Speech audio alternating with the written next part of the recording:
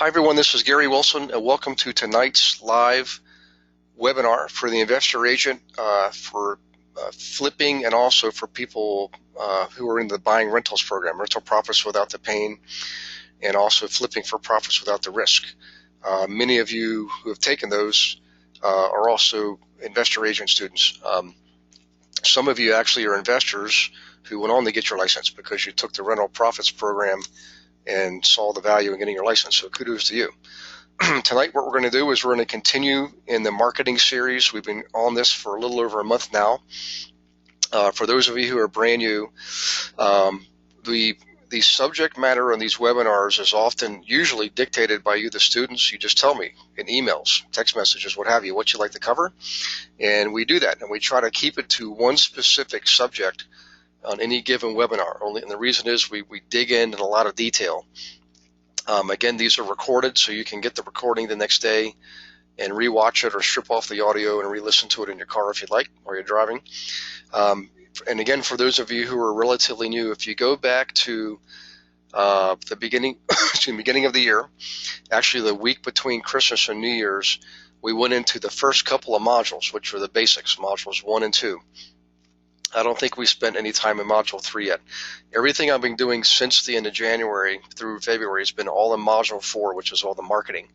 And so if you're looking for, how come we're not going into module 1, it's because these webinars are designed to cater to you, the students, based on what your needs and wants are. And you can re-listen to those old webinars anytime. You have access to them on the website. So in any case, moving on here, we've gone over the booklet, we've gone over the letter, we've gone over the workshop, and was there something else we went over?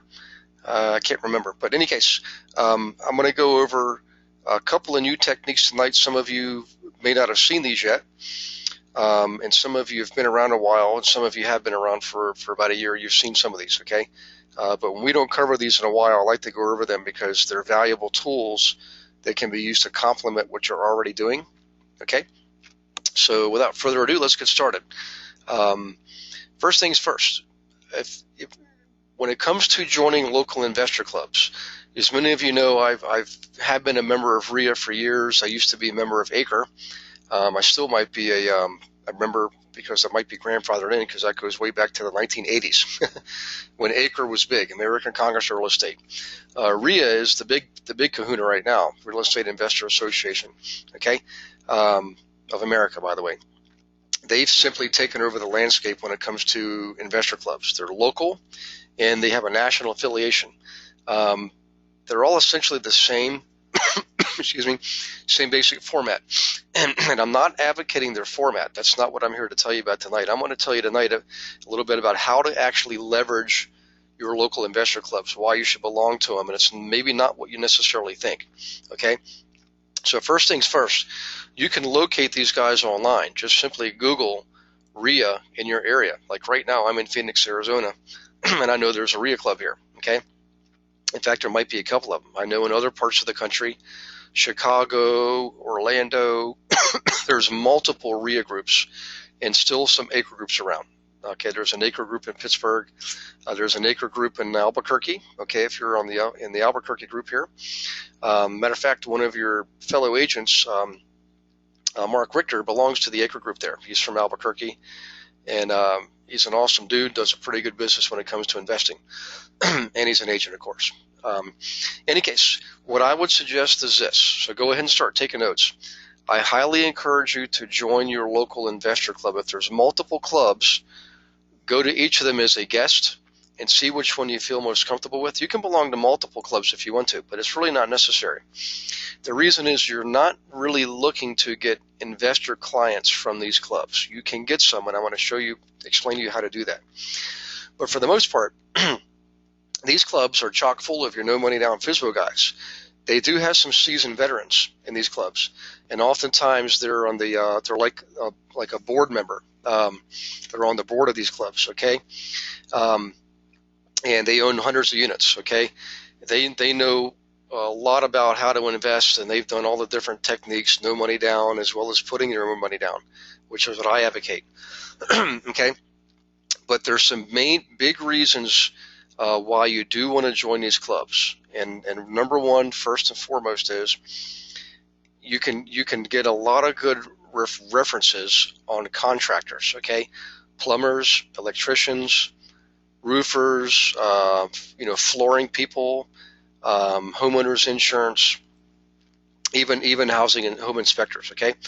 And so what's the reason is usually your clients are going to start to ask you, and hey, who can I use to replace my boiler? Who can I use to replace my water tank, my furnace, my windows, what have you? And as long as you're a member of these clubs, you can always check around with all the other investors in the club and ask them, hey, who do you use and who would you recommend? And look for the names to pop up multiple times.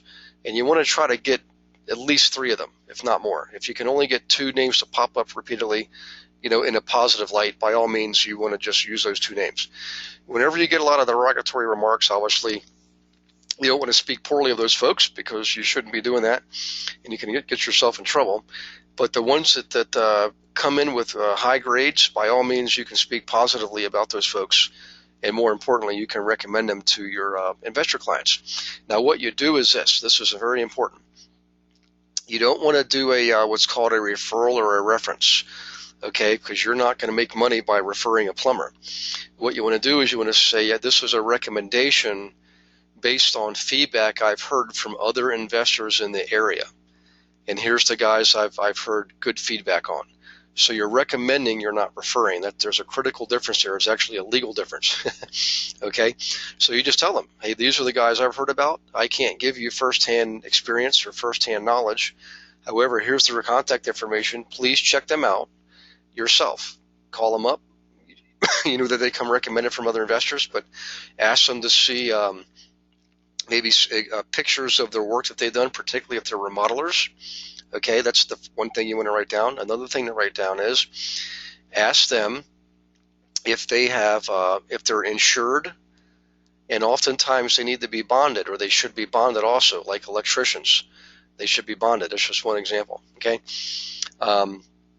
if they are, typically they're going to be pretty good people. They do a pretty good job. You obviously want to make sure they have their own transportation and tools. You'd be shocked at how many people don't. That should be a foregone conclusion, but you want to make sure they have that. You also, if they can give you an example of their fee structure, that would be great. Most of them won't really do that because it's a job-by-job kind of thing. All right. Also, ask them for references. Okay. Ask the contractors for references. The more that they're willing to give you, the better off. If they hold back on anything, that can be possibly a red flag, But I always like to see samples of the work, Any case, that's one thing about these clubs. All right. Another thing is, you can also align yourself with other vendors, like homeowners insurance guys, like particularly lenders. You want to work with lenders who are investor friendly, okay? Because remember, investors aren't doing, FHA underwritten loans. They don't like them. FHA will let you buy an investor property up to 4 units, and they'll let you buy 4 of them or 10 of them, depending on where you are. But that's a restriction. Investors don't want restrictions. They like commercial loans, conventional loans, or the only restriction is the bank's what they call the loan-to-one ratio. They can only loan so much money to any one person or any one entity. Okay, but you want to find lenders who will offer conventional loans, commercial loans, things like that. Okay. By the way, you can also work with the vendors on joint ventures, which we'll talk about here in a little bit. So hang on to your seats on that. Okay. But here's the third thing. I always suggest that you're not really going to get a lot of good investors from the investor clubs. You'll get a lot of them, but you're going to get a lot of people who are, broke or trying to make a bunch of offers on a few properties that are 50% off list price offers, and those are very frustrating. Not only do they very seldom work, but they chew up an awful lot of time for you and your client. However, here's the kind of investor you want to look for, all right? You want to position yourself differently. You want to make sure the people in the club know that you're trained. You've gone through a training program, and when you're all done, you're actually a certified investor agent, okay? And the type of people you're looking for in the clubs are the brand new investors who haven't been conditioned yet to treat us like a commodity, or they haven't been sold down the river on all the no money down owner financing type deals, okay? Again, I'm not saying they don't work. They can work. It just they don't work a lot, and they don't work very well, and they take up a lot of people's time. So what you want to do is find the people who've tried some of those techniques and are frustrated. They'll tell you, hey, let's say I've made 100 offers and nobody wants to do owner financing, or nobody wants to accept my offer because they're too cheap and too low. What you want to do is use that as an opportunity to talk to them and say, look, you know what? There is another way to invest that's actually better. Mathematically, you can demonstrate over time where putting your own money down on a property will actually result in, number one, obviously a greater equity position, but you can typically get a better deal. You get more offers accepted, and you can get better financing on the remainder of your purchase. So if you put down 25%, lenders love lending money on properties that are good properties, but also more importantly, where the buyer's putting down 20, 25, 30%, okay? So people who hear that, and they'll say, well, how can they keep going? If they're putting down money on properties, aren't they going to run out of money? Not necessarily, because there's other creative ways to find the money, okay? We go over that actually in Module 1 of the training program, so I won't go over all those details here. But in any case, back to the type of investor that you're looking for in the investor clubs, if you choose to find investors in investor clubs. Look for the people, again, who, who are new and need guidance.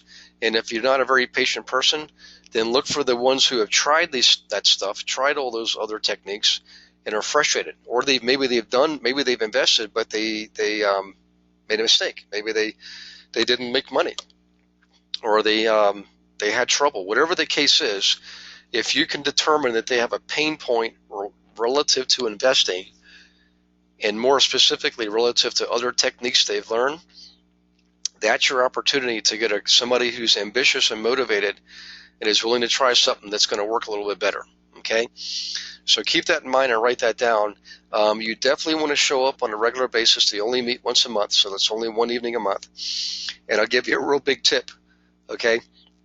Usually those meetings are broken up into two parts. They'll meet for an hour, and then they'll have a 15-minute break or half-hour break, whatever, for networking and socializing. And then they'll have an additional hour. Now, what I used to do is I'd stay for the whole darn thing, only to recognize at the end of that second hour, most people wanted to get the heck out of there. Only a few people would hang around.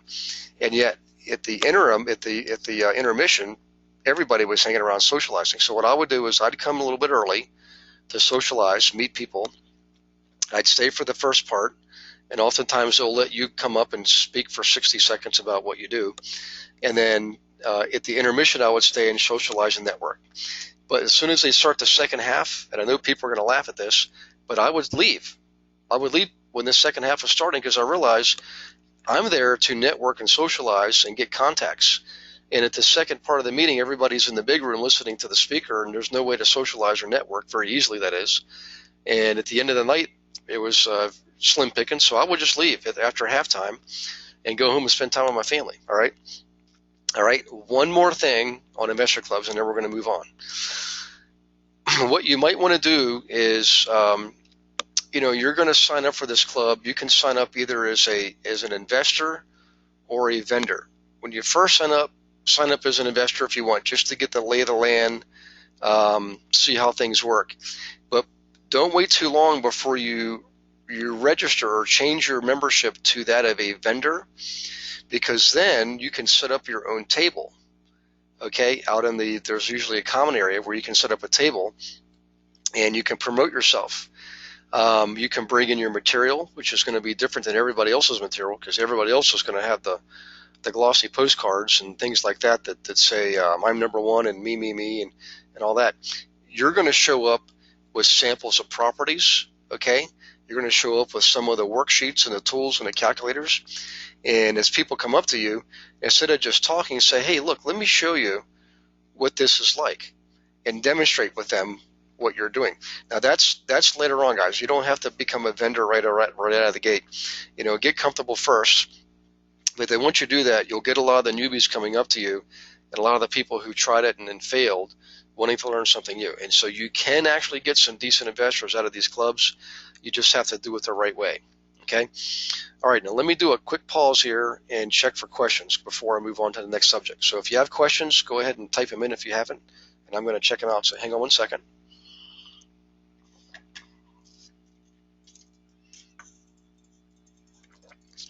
Okay, let's see. Well, we've got a lot of people on here. Okay, let's see. All right, this is from Steve. Hi, Steve. Steve says, once investors listen to techniques offer, why do they need me? Well, the big reason is, Steve, because you've got the license, okay? Remember, if you've already worked with investors in the past, like from going to the clubs, unfortunately, you've experienced the way that almost everybody else is doing it, because they're traditional agents and they're trying to apply traditional techniques. And they've also been accustomed to work with investors who are already conditioned to treat you like a commodity.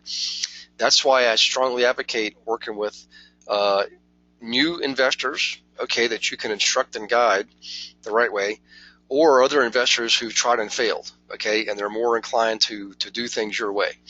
So they still need you. You're the one that's going to be offering them all the tools and techniques for how to do this stuff, okay? I'm not talking about the marketing techniques. I'm talking about how do you determine what is a good rental, what is a good flip. I can teach you that very quickly. Matter of fact, Module 2 covers it all. So when it comes to your investors, you want to build those relationships from scratch and build loyalty, because you're the one who's actually showing them this stuff the right way. And most human beings are going to be loyal to the person who actually helped them build wealth and income. So I hope that helps answer your question. But the bottom line is, if you're working with people who are abusing your relationship, you need to stop working with them. You're more worthy than that. You deserve more respect. And quite frankly, if you follow all the techniques in Module 4 to get the right clients, you'll have much better long-term relationships. I was teaching a class yesterday, and where was I? Was it yesterday? Yes, I was down in Tucson. And there were 4 people in the class that were just nodding their heads up and down because they had done what I had taught them to do, and they realized there was a huge difference between doing it this way and doing it the old way, where you go to the clubs and you'll take anybody that comes your way. Oftentimes you're going to get frustrated. In fact, most times you'll get frustrated that way. Let's see. This is Grace. Grace says, "What is the book you are using now?" I'm not sure what you mean, Grace. What book am I using now? Are you referring to the books I've written, or the books I use for marketing to prospective clients? Because I just have the one booklet. Now it's modified over the years. The one that I use to, I teach you guys to use to go and send it out to the local professional and or business owners, like chiropractors and dentists. That booklet everybody has in their material. The books I've written to teach, you guys actually all have access to them on the website. Everybody's got the free, the electronic version of Investor Agent. But I will tell you guys, if you want the other books, if you want Rental Profits Without the Pain, if you want Flipping for Profit Without the Risk, the one on property management, which we call Turning Rental Problems into Real Estate Profits, that's actually in editing now. I mean, you can have the draft version if you want. Also wholesaling, so everybody wins. You can have the draft version of that. That's not going to editing and publication until later in the year. But you can have those and give them to your clients. In fact, I will tell you this. I know Tammy Kaysen's on. I'm not sure Tammy if Ken's on. For those of you who are listening, they're doing the classroom scenario. That's one of the advanced techniques. So once you've all done your workshop, you're eligible to learn the classroom technique, and I'll walk you through how to do that. A little bit more involved, a lot more detail, but boy, is it a powerful marketing tool to attract. So Steve, you might want to use the classroom, buddy. We have an agent up in Northern Virginia, Kauza is his name. he does a monthly workshop. He gets 600 people there every single month. Mine, I was getting 200 people, and I would get between 6 and 8 transactions every month from that one technique. That's before I learned to create niche groups or affinity groups. So in any case, highly recommend that, Steve, because what happens is when you go from what I'm talking about here to creating your own workshop, then you control who gets in, okay? You can create your own niche, and also no other agents will be part of that group. You're the only agent. So you create loyalty. It's just amazing, they're long-term relationships. In any case, back to the subject here. What I was getting to, so Tammy, make sure you remind me of this. Just tell Beverly, call me, email me, whatever. I will make sure we give you at least the electronic version of flipping for profits without the risk, and rental profits without the pain. They're done with editing and publication, so you can get those, and we will give them to you. I think we can still give them to you for free right now.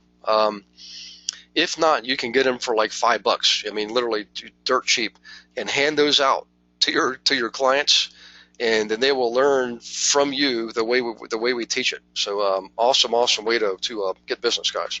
In any case, back to the subject for tonight. Let me make sure we got through the questions here. Grace says the book for this class. Yeah, this is so Grace, this is we are in module 4 tonight. So if you look at module 4 of what you got from Beverly when you first signed on, this is where you're going to find this information we're going over tonight. And I apologize, you're right, I should have mentioned that right out of the gate. Okay, this is Wesley. Wesley says, side question, who do you use for credit repair? There's a guy, there's all kinds of people that do that, Wesley. It depends on where you are in the country. I can tell you that the guy I used myself several years ago for all of my clients when I was local, when I was basically geographically bound, the company was called CIS, and they're out of Pittsburgh. So if you Google that, you can find them. The guy that runs it is an absolute pro, and I've seen him work miracles with people. Let's just see if we can find this. Hang on one second. Let's go here. CIS Pittsburgh. Let's try that. I think maybe it's CSI. I thought it was CIS. Let's try CSI. Sorry. CSI. Let's try that. CSI. I think that might be it. CSI Pittsburgh chapter holding the Mid-Atlantic Region Conference. No, that's not it. What we're looking for is credit repair. Corporate investigations, that's not it. Well, looks like I'm taking too much time here, but that group was a very good group, Wesley. I don't know that they work nationally, but you can certainly look them up and call them. If I can find the information, I will have Beverly put that out in the email. But again, if you go to the Investor Club, Steve, another example that they're going to have a couple of vendors there that provide that service, and you want to kind of check them out, ask for references, and also ask other investors who they've used, okay, and other agents too, by the way. Okay, let's move on here. Right, next thing is this, churches. So let me reduce the panel here, and I'm going to have to scroll down. Oops, did I go too far? By the way, we're going to do Craigslist next week. We will do Facebook, LinkedIn, and Twitter the week after. But what I want to go over now is churches. And a lot of people totally ignore churches as a way of marketing yourself. Now, if you do belong to a church, synagogue, mosque, whichever the case may be, most cases they'll have a church bulletin that comes out every week with the service, whether it's a Saturday service or a Sunday service. And in the bulletin, you're going to see multiple advertisers, including realtors. And if you look at those realtor bulletins, you're going to see they're all the same. You know, Jane Doe, #1 realtor in the neighborhood, 10 years running, blah, blah, blah, blah, blah. People get so tired of seeing that crap, it doesn't do anything for them, okay? And I apologize if I just ruffled any feathers. And the truth is, you can get some deals from that, because if you're an established church member and everybody knows you, they're all going to know you got your license. That works okay for the traditional client. But if you're looking to drum up some investor business, okay, you have to get more creative, and you have to differentiate yourself in your write-ups, whatever it is you're putting in your ad there. So you don't want to say things like, you know, Caldwell Banker, Remax, Keller Williams, whichever firm you're with. You have to put that in the ad, of course, because you have to disclose that. But you don't want to talk about, you know, #1 agent, sold the most homes, blah, blah, blah, blah, blah. So many people say that stuff, nobody knows who to know who's #1, right? So what you do to separate yourself is offer something, put something in there, okay, and actually put the link, put the URL. So in other words, free search for homes, okay, www, boom, and put it in there. And if you're using your broker's website with your attachment, your extension, excuse me, that's fine, but that's going to be usually pretty lengthy. What you want to do is, and write this down, go get what's called a tiny URL, TINY, just Google it, tiny URL, and it'll take any link you have, any URL that's long and awkward, and shrink it down and make a very short one. And you can put that in your ad. Free search on homes, visit www, you know, .tinyurl, whatever it's going to be. You can also offer, and a lot of people do this, offer free evaluation. What they don't do is they don't put in a link in there. They'll put, you know, free home evaluation.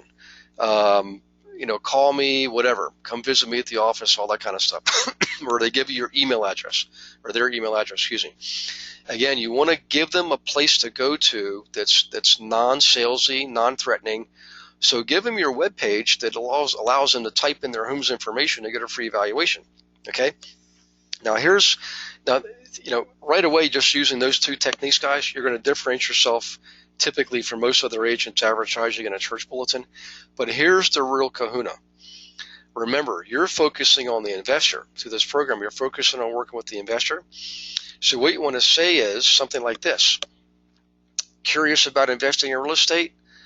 Click here for sample of available properties, or click here for a free report on how to analyze a rental, or click here, you know, visit www to get free forms and calculators. Okay, give them something. In other words, remember, and when you bought the program, one of the things we tell you is we don't just give you this stuff to keep to yourself. We give it to you to give to your clients. So by all means, give it to them.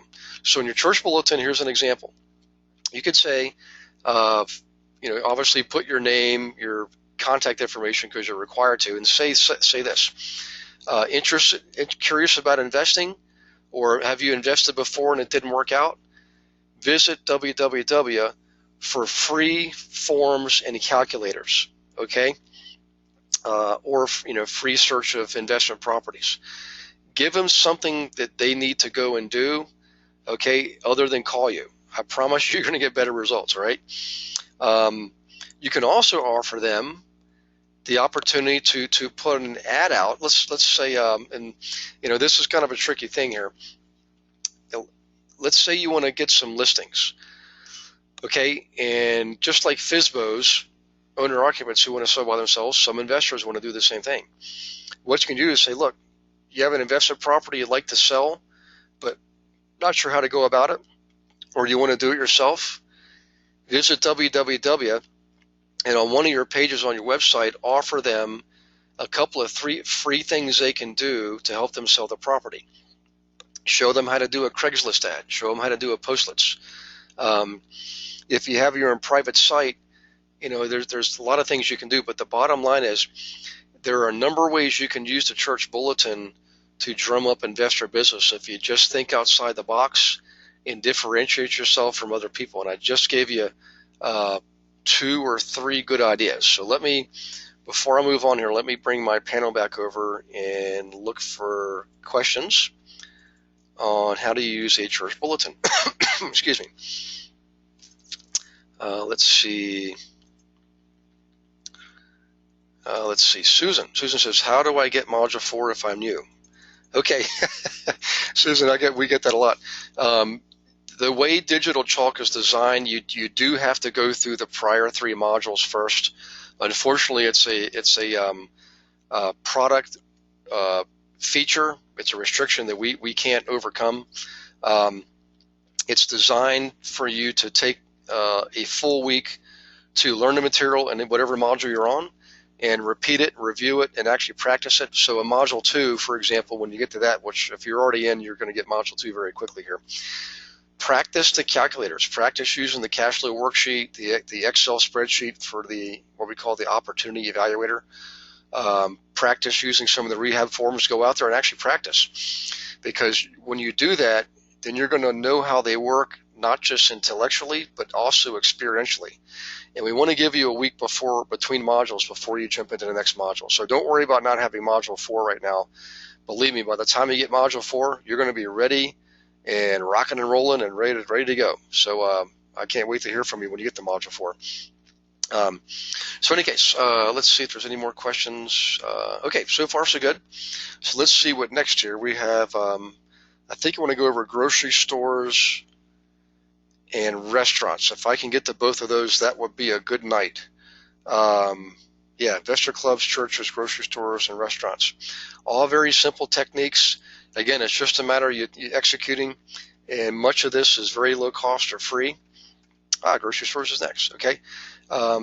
Again, here's another opportunity to use something that a lot of people have used for free, but they're always using it for traditional transactions, which you can do, okay? But here's how you differentiate yourself. A couple things, all right? Let me reduce my panel here so I can see the whole screen. Okay, first things first. Whenever you create a bulletin and to put on a bulletin board, you go through your grocery store, you'll see there's a whole bunch of them up there, people offering guitar lessons and babysitting and grass cutting and dog watching, all kinds of stuff, all right? And yes, you'll see people offering homes for sale, homes for rent, and the realtors putting their stuff up there too, all the traditional realtors. All right, here's what you want to do. I learned this almost by accident, okay?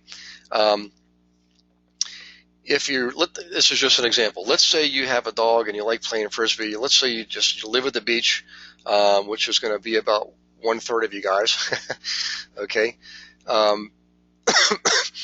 Get a picture of you playing Frisbee with your dog. Or if you don't, get a picture online. Just Google a free pic of dog playing Frisbee, okay? And then when you create your bulletin, put something like that on there. It's an attention getter. It catches people's eye. You know, everybody's putting stuff on the bulletin board that has those tear-off phone numbers, and they all look the same, and they have, you know, something that was done on Word or even handwritten, Lord help them. But yours is going to have a photo of something that's going to catch people's eye, particularly dog lovers, all right? Everybody likes a picture of a dog playing Frisbee, all right? That's the first part. In any case, the next thing is don't put a whole bunch of writing in there. You don't want to do a whole bunch of typing or writing or what have you, all right? Real simple, real basic, one sentence, typically 6 or fewer words. I like the one that says, learn to invest for free. And I can tell you, I've tried it myself, and it works, okay? If you put too much wording on that ad, they're going to blow right by it. And okay, and if you keep it nice and simple, you will catch a few people. And what you can do is nowadays, the old style was put some tear-offs on there. So you'd have your bulletin, and at the bottom you'd have you'd use scissors to cut up and create tabs. On each tab you'd put your phone number. That's old school. We don't need to do that now, because guess what everybody has in their pocket? That's right, they got a cell phone that can take pictures. So just put your ad on there and make sure that your email address and your phone number stands out loud and clear, okay? In fact, if you put a photo, if your backing is a photo of a dog playing Frisbee, typically you'll have some grass as a background. The dog might be a brown. You might have a picture. The ocean might be there, which is going to be kind of dark blue. So if that's the case, what you do is wherever you have a portion of the bulletin that's colored, like the sky is blue, then put your email address and your phone number in white letters. Okay. Now, if the background is very light, like the color of sand or what have you, then obviously you want to use like black letters. Black will stand out against almost anything. Okay. But if you use white for your phone number and your email address against like a blue background, it really stands out. Okay. I mean, that's just one example of the wording or an offer. Learn to invest for free, and they take a picture of it and they go to check it out. And if you have a landing page, your own website, which you should, matter of fact, we're going to cover that in 3 weeks. Then give them the website address and have a landing page that basically promotes your next investor workshop. Okay. So in any case, you can also offer them, you don't even have to do a workshop. You can offer them, again, free reports, free calculators, free analysis tools, all in your material that you got. Every one of you has access to all of our blogs or the articles we've written. And again, you can even offer them electronic versions of our books if you want. So the bottom line is you want to get their attention. You can change it around. You can say something like, instead of learn to invest for free, say something like free list of local foreclosures, free list of local duplexes, free list of local 4-unit buildings, whatever, something different, something that'll stand out. Okay. I just learned over the years, when I said this, learn to invest for free, I got a lot of calls. Okay. All right. That's the grocery stores. Let me pull my panel over and look for questions there. Actually, if you've ever used these techniques, guys, chime in. Give me some feedback, okay? Okay, Linda says, hi, Gary. How do you disclose that you're a realtor on the tear-off tabs? Yeah, that's why, Linda, I don't like the tear-off tabs. I would rather just put my bulletin up there and make sure that my phone number and email address stands out, and so they can just take a picture of it with their cell phone.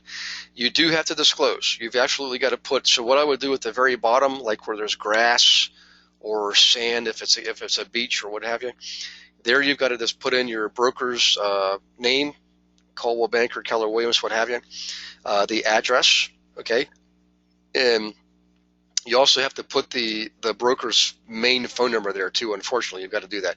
The phone number can be really small print though. The name of your broker typically has to be as large or bigger than your name to meet most state compliance rules. You've also, in some states, you got to put down there each office independently owned and operated. All right, just squeeze it in the small print. Always put that at the bottom, because you know why? People generally will ignore it because they recognize it as being the small print. Okay, what they're focusing in on is a dog playing frisbee and learn to invest for free, and your phone number and email address and your website. But good question, so I appreciate that. Let's see. I think we're okay on questions so far. Oops. Yeah, I think we're okay on questions. All right, let's talk about restaurants. This is another one of my old-time favorites. And again, these aren't things that I did all the time, guys. But I did them. What I would do is I would do them for a while, and then when the results would start to taper off, I would stop and move on to a different technique. Because if you're going to the same grocery store over and over again, and you have the bulletin up there, your call rate is going to drop over time, because it's the same patrons, and they're used to seeing the same bulletin. They've already seen it before. They already took a picture of it. So you can move to a different grocery store if you want, but my thing is I would try a different technique, which is an example here, another one that I call the restaurant technique. And let me describe that to you real quick, okay?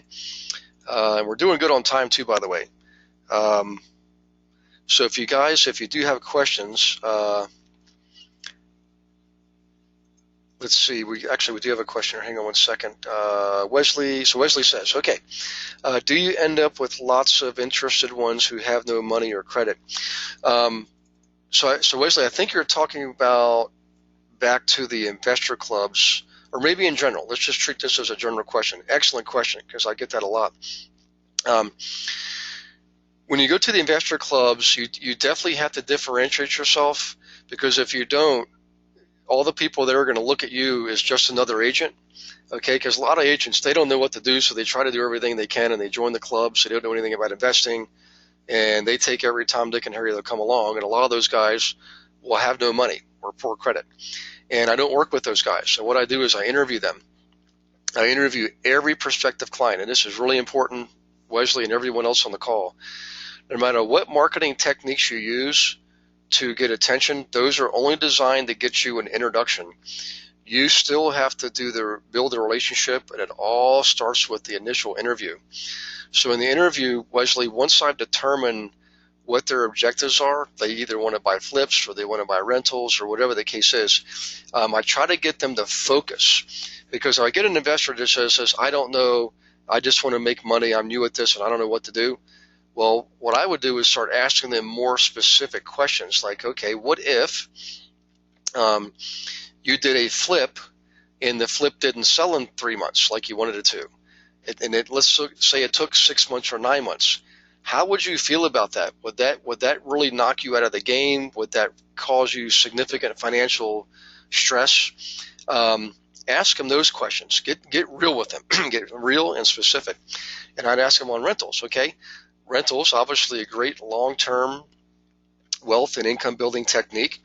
However, it's also a human relations business. So are you comfortable coughing up 10% for property management? Are you willing to do that? And if not, and you end up managing your properties yourself, how are you going to feel if you're faced with evicting a tenant who lost her job and her husband left her, or a tenant who is single and he just discovered that he has to go in for surgery when we got to be out of work for 3 months, or he had a horrible car accident and they're not paying the rent?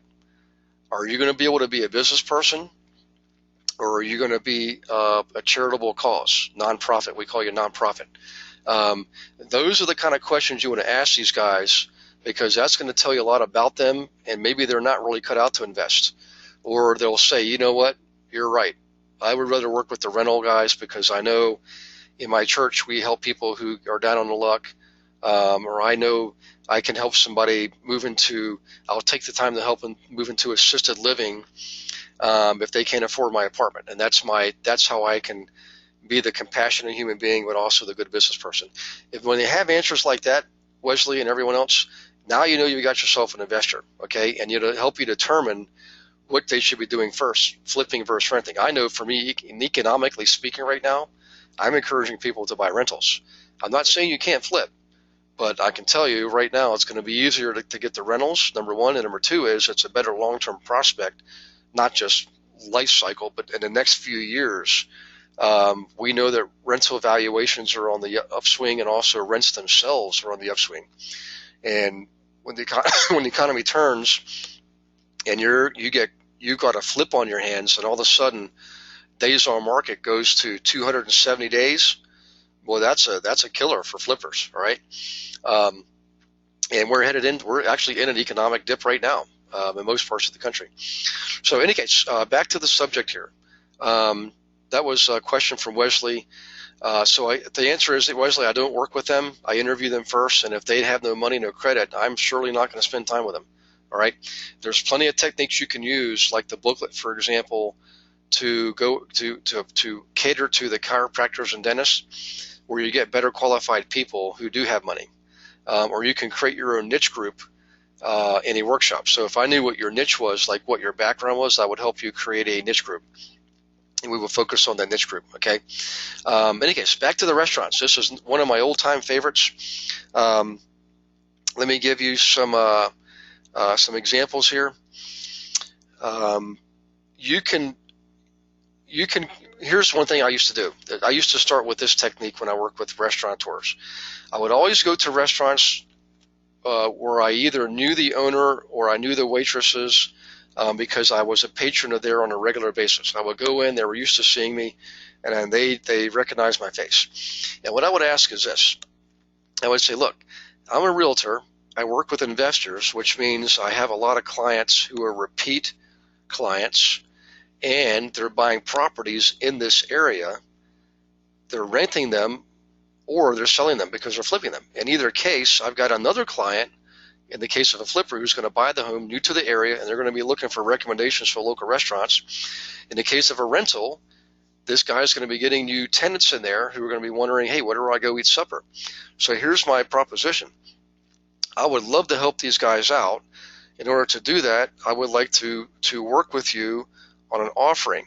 Would you be willing to offer a coupon where these new people to the neighborhood could buy a meal and get one free, or buy a meal and get a free dessert, or buy a meal and get a free drink, or maybe a punch card system where if they buy 5 meals they get one free, or if they buy 10 meals they get one free, whatever the case is. Most restaurateurs are willing to entertain that to a degree. Okay, you've got to prove that this is going to bring them business. So in the case of working with investors, I can pretty much assure them I can get them a lot of repeat business, because remember, owner occupants only buy once. Investors buy multiple times. And if they're investing in the area, what you can do is you give these coupons or these punch cards to your investor, all right, and have them give the coupons to the people buying their home when they're flipping and the tenants renting their home when they're renting. So your investor now has a hook in not just to the restaurant, but you've done them a huge favor. You gave them something that's marketable, something that's valuable, something that has monetary value that, number one, they can, of course, use themselves, take their kids out and their wife and get one meal for free, for example. But more importantly, use that when they're to put in their property when they're selling their property, or they can have you do it.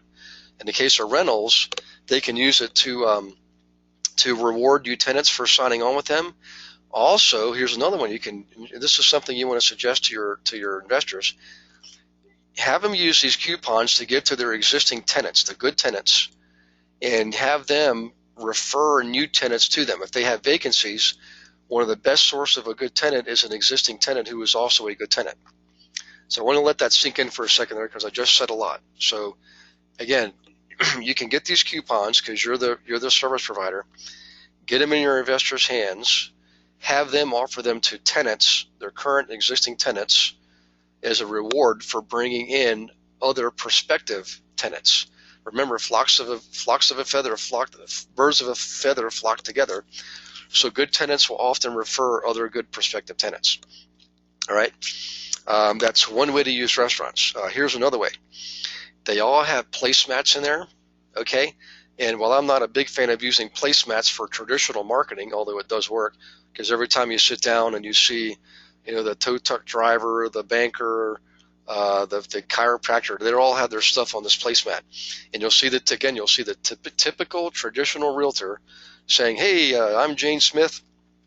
I'm a realtor in the area. I'm number one. I sold more homes than anybody, blah, blah, blah, blah, blah. It's all about me, and it's not about the person reading it. So don't do that. What I suggest you do is this. Put something on there like you do on the bulletin on the grocery store or in the church bulletin.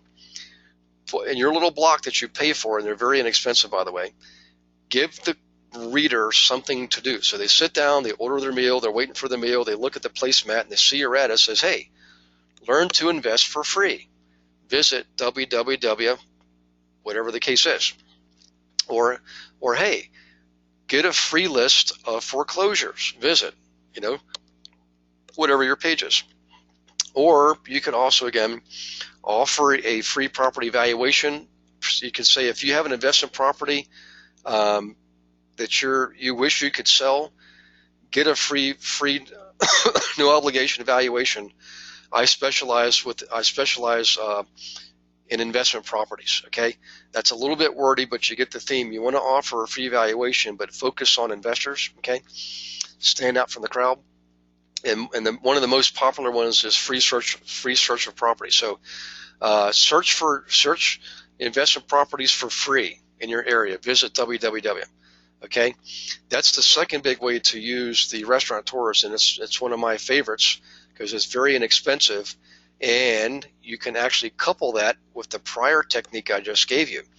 So in other words, you're giving this guy money to put your ad on his placemat, and you're also offering him a way to drive in additional business by using the coupon. get a free dessert, a punch card kind of thing, that guy will love you, all right? And by the way, who do you think he's going to recommend when people come in talking about that? Hey, we're new to the area. Who do you recommend? Oh, you got to use Wesley. You'll see he's got an ad on the paper on the placemat over there. He's really good at what he does, and he brings in a lot of business, so I know he's good. Okay, so I love that technique. Hey, real quick, guys, I want to go back to the grocery store method real quick, because I forgot to go over one thing there. We talked about the use of bulletins on the bulletin boards, and that's a wonderful thing. But you're going to notice other bulletins on those bulletin boards, okay? You're going to see people trying to sell their homes for free, or I'm sorry, sell them homes by themselves, for sale by owner, FSBO. You also will see people advertising their rentals, okay? And they're giving you their contact information. Now, you have to be careful with this, okay? Because what I'm going to suggest could be construed as soliciting. But the reality is you're trying to help these people. So, if they advertise a property for sale, they're obviously going to give you the address, a picture of it and the address and some basic information. What you can do is approach them. If you don't want to approach them directly, create a little flyer or a little booklet, take it to the property, leave it in the storm door. Don't put it in the mailbox. You're not allowed to do that. But what you can say is, I understand your house is for sale. You're selling your house yourself. I'm not suggesting you use me as your realtor. However, I do represent a lot of investors, and some of them are cash buyers, and your house may be ideal as an investment sale, as long as the price is suitable to you. Please give me a call. I'll be glad to give you more information, all right? And you can give them maybe a list of your buyers, last name only, all right? Something like that. Don't use first and last name, just last name only. I've done that before. You can also give them a sample. Go to your MLS system, guys. Find a property that's sold in the area, okay, and give them the list price and the sold price, because it's public information once it sells, to show them what's possible for a property that's similar to theirs. All right. Another thing you can do is this. You can go out there and, if you can find other properties that are for sale by owner, which are easy to find, you just go to your local publication and you'll find plenty of people advertising there. See if you can find out by going to your county tax assessment website and see how many of those actually sold by owner, and then see how many actually sold by a realtor. And I think you're going to be really pleasantly surprised. Most houses, of course, are sold by realtors, vast majority. You can use that in your information, and don't just tell them it, show them it. Say, look, here's a list of properties that people were trying to sell themselves, and here's the ones that actually sold, and look, they actually were sold by a realtor. So you're planting the seed in their mind that maybe they should use you, okay? And you're not doing it in such a way, you're not trying to sell yourself. You're demonstrating what actually happens when other people have tried to sell themselves. You follow what I'm saying? So let me check for questions here, because I just gave you another handful there. Let's see. Great advice. Thank you. You're very welcome. So in the last technique, guys, I want to make sure you understood what I was going after there. On those bulletin boards, if you're going to use them, look and see who else is using them. Get their information. Perhaps you can help them too.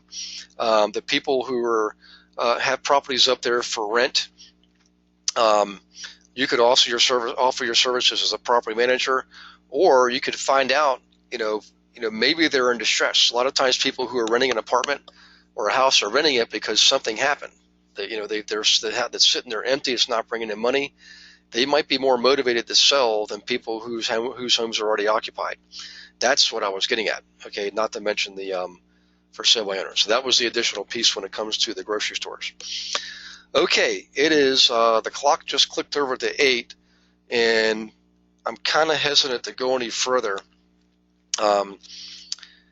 Because the next set of techniques, the next technique will take a few more minutes to describe, and I've given you 1, 2, 3, 4 tonight, and that's a lot. That's a lot to digest. So you're going to have to re-listen to this webinar, replay it, take some notes, and what I want to ask you guys to do is roll up your sleeves, put the iron in the fire and pick one of these that you think you can see yourself using easily, and use it to complement some other technique that you're using. Like, I know if you're doing a workshop, you can obviously dovetail in the bulletin board technique in a grocery store to supplement your workshop effort. You follow what I'm saying? So always think outside the box. How can you use these in conjunction with each other to support each other? These techniques will basically support each other if used properly together. I just gave you one example there. If you want to put on a classroom like Ken and Tammy, you absolutely can use the restaurant placemat, you can use your church bulletin, and you can use the grocery store bulletin, all to learn how to invest for free. Any case, just food for thought. I hope you guys like this tonight. I haven't covered these techniques, and I don't know if there's any veterans on this, so let's see if there's any veterans from last year. I know we had a couple on last one. I know Lana's been around for a while. Hi, Lana, how you doing?